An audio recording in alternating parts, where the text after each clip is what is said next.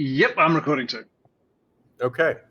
So welcome to Saito Summer 15, something like this. Something like that. Yeah. We're really busy, so we're going to keep this one quick to the point. Yep. Things have happened in the last week. We've done more work on RedSquare curation algorithms. Yep. So I think you'll have seen the unfiltered and curated titles. I think that's a better fit for what we're doing. And I'm hoping what people are seeing is stepwise improvement in the experience when you open up and when you start to follow people, what you're seeing. Yeah. So keep an eye out for that. Suggestions welcome, feedback welcome. We're targeting two kinds of users. Yep. We want the curated feed is for content that reflects Saito.io as a community. Yep. So it's got to be welcoming, and like a total newbie shows up, we don't want them to run into your religious wars, your crypto wars, the unfiltered hate of the internet. Yep. That's the nice part of Saito. And then we've got the unfiltered feed where anything goes. Yep. So you go in there, you're going to deal with trolls, you're going to deal with all of this. Everything is going to respect your preferences. So it's not like filtered, unfiltered, but that's what we're aiming for. Trying to get something that reflects the project well, but that also allows people to do whatever they want. Yep. So yeah, I would also encourage people. Actually, it's a good reminder to go into the Hamburger settings and then set the RedSquare settings if you want to have a play with what you're seeing and you want to change the algorithms around. Feedback on that would be really appreciated. I think complaints too, like this post is great. Why isn't this one moving over? Why is this one moving over? That kind of feedback's good. I think we've proved it to the point where we're towards smaller tweaks. Yeah, I think so. I think what we'll see now is there's weird things like the just the intuitiveness of the ordering, right? Because the quality of the content and the chronological order don't necessarily match up. So sometimes you see something was replied to and that sort of stuff. And the objective is to hit a sweet spot where it feels right, because it's not a measurable thing about exactly how it should appear. What is time anyway? What is time? It's not time for one of those discussions, David. From the perspective of a photon, it's all simultaneous. It's all speeds are going out. So content algos, bug hunting. Richard, I thought it would just be good to update people. So we had a couple of weeks ago, we were fighting with some issues to do with content loading, hitting the single-threaded JS and causing some load issues on the node. The result of that, aside from having solved that issue, is that we've gone through everything and everything's a lot smoother and snappier. And I think that's also visible even in the UX now. So so let people know we did have some positive outcomes out of that. And that kind of ties. Sorry? That was a rough week. It feels like a bad dream, you know? It does. And it was a bit like pushing a bubble around under a rug, because it's not specifically a bug in the code. It's more a bunch of interplaying things. The cool thing is that also helps out, I think, with the ATR testing and the token persistence, the data persistence stuff we're working on, because it's smoothed out the solid base. You're coming ahead, but yes. Okay, 3. Yeah. Third thing that's happening, ATR persistence. What we're talking about here is we've communicated before that we want to come out with a more aggressive timeline for token persistence, because as we've said, we're shifting more resources to this as we think this is the next big thing for us to work on. And what this means is moving towards like a module itself that's kind of a more advanced block explorer that helps us track and test all of the variables in the system block by block. Things like the amount of tokens in circulation, the amount of unspent tokens that are waiting for ATR, this sort of thing. And we're using this not only to check that everything is working properly, block by block, but to develop data for automated tests so that we can just make sure that no changes to the code are going to screw up any of these deployment. The way I kind of look at it is, if we're going to drive the blockchain super fast, this is the dashboard we need to know. We need to do that and get the feedback we need, so we can get confident in the in the outcomes. So if you like the word snapshotting and deployment, Richard's now your best friend, because he is excited about it and talking about it. But what's going on? I'm just really pleased with how it went. We've also just developed an in-house test suite for deploying local networks. So you can define and deploy test networks, and that's going to really help us testing because we'll be able to bottle up any issues we find and hand those to core developers. So it makes it easy to make it reproducible. One of the nastiest problems we have testing, obviously, a blockchain is if you've got something that happens after a number of blocks in a very specific situation where nodes are coming in and out of the network, it can be very hard to then reproduce that to get a handle on it and find out what the actual issue is. So this will make it much easier for us to prepare things for automated testing as well, because we can run a network, take a copy of it, and then hand that to the automated test suite, etc. It's this weird thing about information being useful for solving problems. You know? Basically. We used to have like, I don't know if you guys can remember, maybe anyone really old school, we used to have like the burn fee countdown showing up on the server. I miss that. It made me feel secure. I'm gonna talk to the team about putting that back in at some point. Running. Anyway, so that's happening. That's good. It's a really important step because as we get token persistence and data persistence, the dev mode needs to switch, right? We're going to need to stop saying, well, we're not going to reset the blockchain to update. We're going to say at block 200,020, this change happens. So it's a big deal. We want to make sure we're getting it right. That's why dev effort is going into this. I got LCX Promotions, Richard, which is you. Just a quick little reminder, as part of the listing on LCX, there are ongoing promotions. I mean, the TLDR is right now, if you want to buy yourself some Saito, you'll get a bonus on LCX, so do it. It's nice to have them continuing to support the project, and anyone who's looking at buying or trading in euros, that's the way to go. Cool. Next, I see that we are having a conversation with Saito Social on Thursday.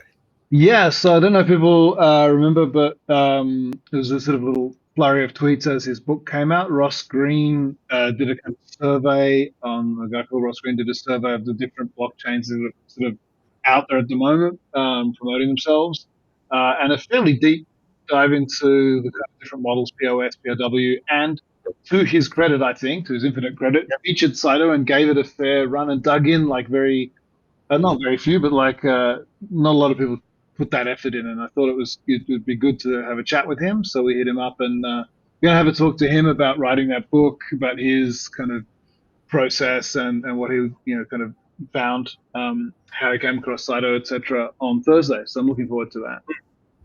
Yeah, me too. Yeah. 6. We got something big at the end. We're giving you it's a drip. I've been doing a lot of work on academic outreach this last 2 weeks or so. As I think I mentioned, I headed to a mechanism design conference in Warsaw, which was fun because it was me with a bunch of mathematical economists. And there's a bunch of really interesting things that have come out of that. The first is we've made a couple of contacts who find what we're doing curious from the perspective of their research. So we'll see if that goes anywhere. One of the goals for me was to figure out, are we crazy in trying to talk about Saito in these terms, in terms of like incentive compatibility, solving incentive compatibility, but also trying to figure out, well, look, there's a lot of the stuff that's being written in computer science is actually wrong. Really quick example of that is there's a bunch of papers that say incentive compatibility is impossible, it's impossible. And it's like, no, every system is by definition incentive compatible with its outcome. So if you are listening to anyone in computer science who says things like, oh, incentive compatibility is impossible, they don't know what they're talking about.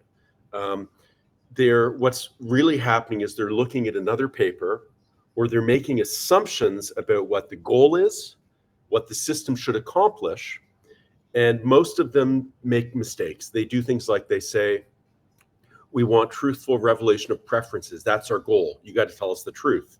Because they assume that if you can get that, you can get this optimal outcome. And they all trip up. They're assuming that some of the steps that they've proposed to solve a problem are the goal in the end. So they're like, oh, truthful revelation of preferences, that's what we need, rather than, well, actually, the consensus needs to work. It's complicated. They're getting confused in a really fundamental way. I don't want to go on too much about this, but this is kind of, I'm geeking out about it. So let's talk a little bit about incentive compatibility.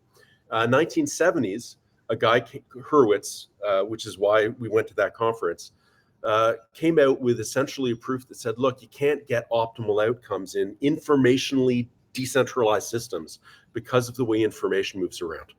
And he essentially observed, because if people can costlessly lie to each other, they can strategically mislead other people into behaving in ways that benefit them, right? Like, I can tell Richard that I really dislike coffee, because then he's like, well, damn it, I'm going to need to invest all of my money producing coffee for it to be reasonably priced. And I still invest my money in producing coffee. And so I benefit from Richard's investment and my own, but I'm better off than if I told Richard the truth. Yeah. So basically, strategic lying, and there's a problem that's really fundamental. And this is what mechanism design comes at. And they say, so we're going to build mechanisms that make people tell the truth. And they get really happy when they find a mechanism like a Victory auction that, you know, if you're dealing with this, like, I'm gonna bid whatever I want, but we're all only gonna pay the lowest price of the lowest successful bidder. People get really happy because they say, well, this can solve the problem. We've incentivized truthful revelation of your preference. Problem being, computer science, they don't know what preferences they actually need to reveal. They're not being specific about the actual outcomes that they want, and they're thinking that their outcomes are technical, not economic. So there's this really fundamental issue. It was a wonderful trip. It's provided us with a lot of help on the language that we can use to talk about Saito. We have some new friends in mathematical economics, which is interesting. And well, hopefully yes, allies, I think. well, they are. They're doing it. There's something informational. There's this one guy who's lovely. He's talking about how, as the information space increases, like the number of possible complexities grows, you rapidly approach an infinitely difficult computation. And he was doing this topologically. Yeah. But that's it's a similar problem to what we've got, which is, yeah, like computer science, they're saying, oh, well, we're optimizing the blockchain. And it's like, no.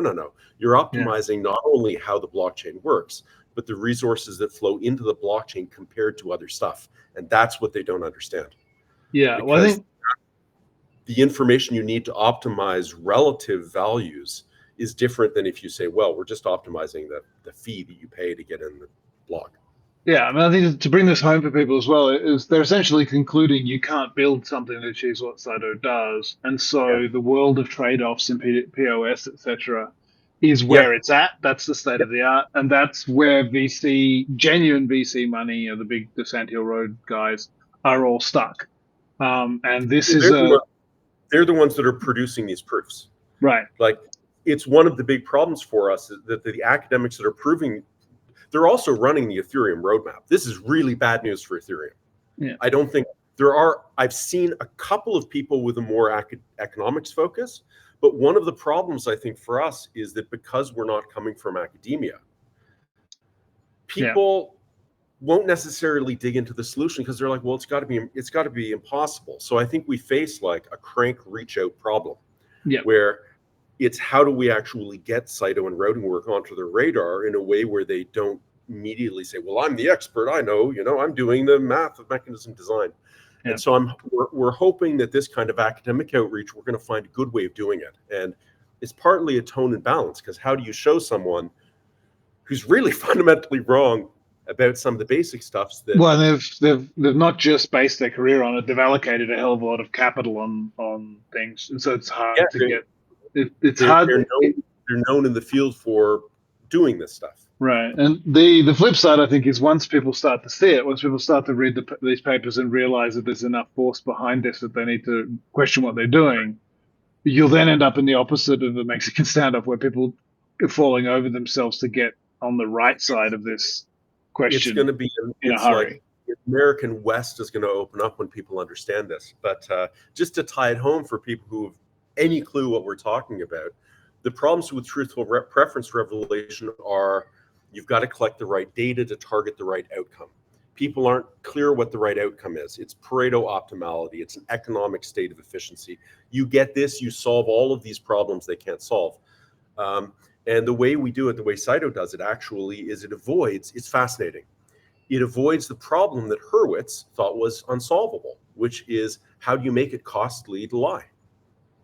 So the problem that is trapping computer science is that in 1973, a guy said, well, I don't know how you can make a system where it's expensive to lie that's also informationally distributed. And that's what we've got with Saito. It's beautiful. Yeah. So we're making some progress there. We'll see how it goes. But yeah, so academic outreach work is ongoing, even if it's somewhat invisible. Yeah.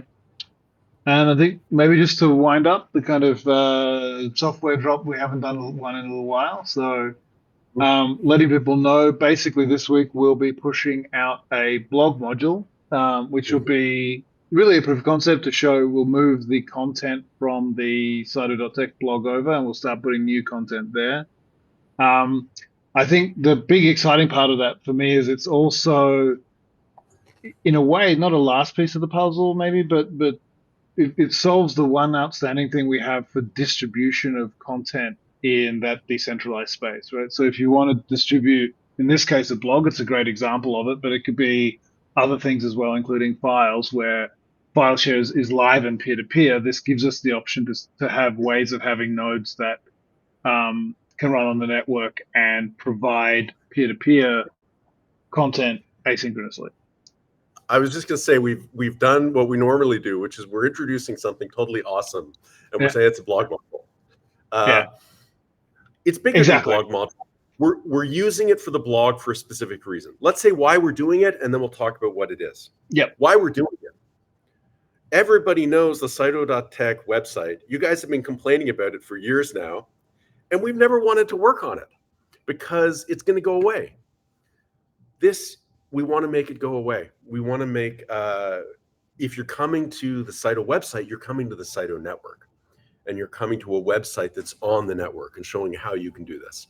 So one of the goals here is we want to get rid of that stuff so people don't wander over and they don't get a bad impression or they don't get an outdated impression. But we want to keep a lot of the glorious work that, that like Guy did and Joel did with the animations and the really good parts of the site. And the blog, we can't lose the blog because there's a lot there that's really essential. So we're moving that stuff onto the network. The general bit of this is it's a UI for looking at transactions. And it's a UI for looking at a subset of transactions.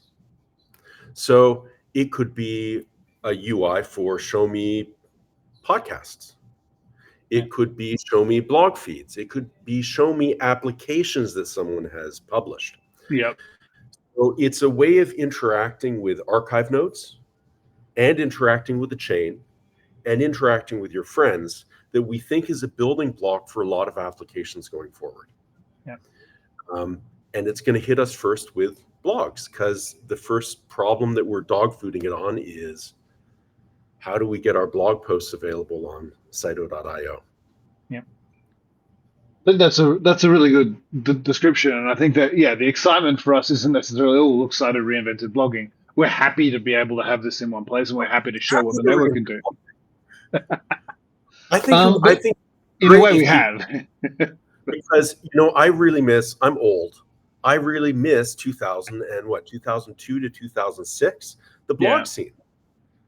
It's like it disappeared when Facebook came in and then Twitter because micro content. Hence, I mean, it's part of the story of why Web3, right? Like, why do you want this stuff, right? The internet looked like it was going to be a place where anyone could have their say and it was free and open, etc. And then in came groups like Facebook and cannibalized that by making it easier to do it on Facebook. But obviously, people were not asking who's going to pay this piper when they started. And guess what? 10 years later, it's harder to publish a blog now, harder to get your content out in Facebook. Whatever. And no one will do it on Facebook because it's so transient anyway. So like the idea of a blog post a month is just where you're going to put it, Right. Yeah. Maybe Brendan blogging again, starting and stopping. So I think it is in some ways just a kind of demonstration of how things could and should have been. If you can have ways of doing these things that don't encourage massive rent seeking and people walling off this, as soon as you've created content, someone coming along and like that meme, rubbing their hands and saying, I can see how I can capture this. And so it is at a fundamental level. in line with what we're trying to achieve, which is making tools that mean people can do this kind of thing. And like David said, it could be app stores, it could be independent app stores, because Yep. you can publish apps or manifests for apps, or whatever content you want. In this way, you can have an audience. It can be shared. If it's super popular, it's going to be shared by more and more peers. So it's going to have the bandwidth and the support. But you don't have this need to say, well, I want to distribute this, and so I need servers that are on. I'm going to have to pay someone who does that for a living. Yeah. And that to me is actually exciting. It's why we bother doing it, in no small way. So it's also in React, I hear. Yep. So we took those experiments we were doing with rendering React UI elements, and this has gone a step further. So I think it's interesting. The guys on the team who are not as experienced with React or not as familiar find it sort of odd to look at, and the React won't say React native people, but the people who have worked in React before love it because it's got all of the grunt that comes with their UI handling toolkits, etc. So I think it's a good step, and it's a good experiment for us to see how you can kind of blend the Saito UI toolkit with these other different methodologies and come out with something that looks quite good. It looks great, and is easy to write and deploy. So cool. So I'm looking forward to using it. We'll see. There'll be a thing. Maybe you put a blog post up, it'll get distributed automatically in RedSquare. There's a lot of fun stuff happening, and I think the application suite is actually coming together. It's becoming reasonably cohesive, more Yeah, usable. I think so too, and I think with the kind of emphasis on token persistence, etc., you can see some of the application team have moved across, obviously, onto that. But at the same time, the toolkit is feeling really complete now. I think with all the different pieces, there's no Google Docs equivalent, but I don't think we need every single potential application. But Yeah. what's there feels like it covers to me, the whole ground of what you want to demonstrate is possible on Web3 and things we use all the time like this. So. Yeah. The only other thing we haven't mentioned is the eGold stuff. I know people Yes, were asking about that. Do you want to just quickly? yes, I've been had another call with the project last week, and then had some follow up discussions with people in the eGold community who are fantastic and pushing things forward. So real credit to the X Alliance guys for being responsive and stuff. And it's still their weekend, but we've got some stuff scheduled to start working on this next week. But they've got some really good ideas, and we're just pursuing what's going to be the most exciting for both communities. So ongoing and really positive. Okay. Yep. So that's what's happening in Saito Dev world this last 2 weeks or so. Yeah, thanks for your patience, everyone, for us being delayed a couple of times, but good to get this out. Good to talk to people. Okay. All right. Take your questions, comments, come to RedSquare. We'll happily answer them there. Yeah, we just had someone asking about posting bugs, and I sent them there, which is great. I think it's good to see people like interacting there. We love it. So, Okay. all right. Thanks, everyone.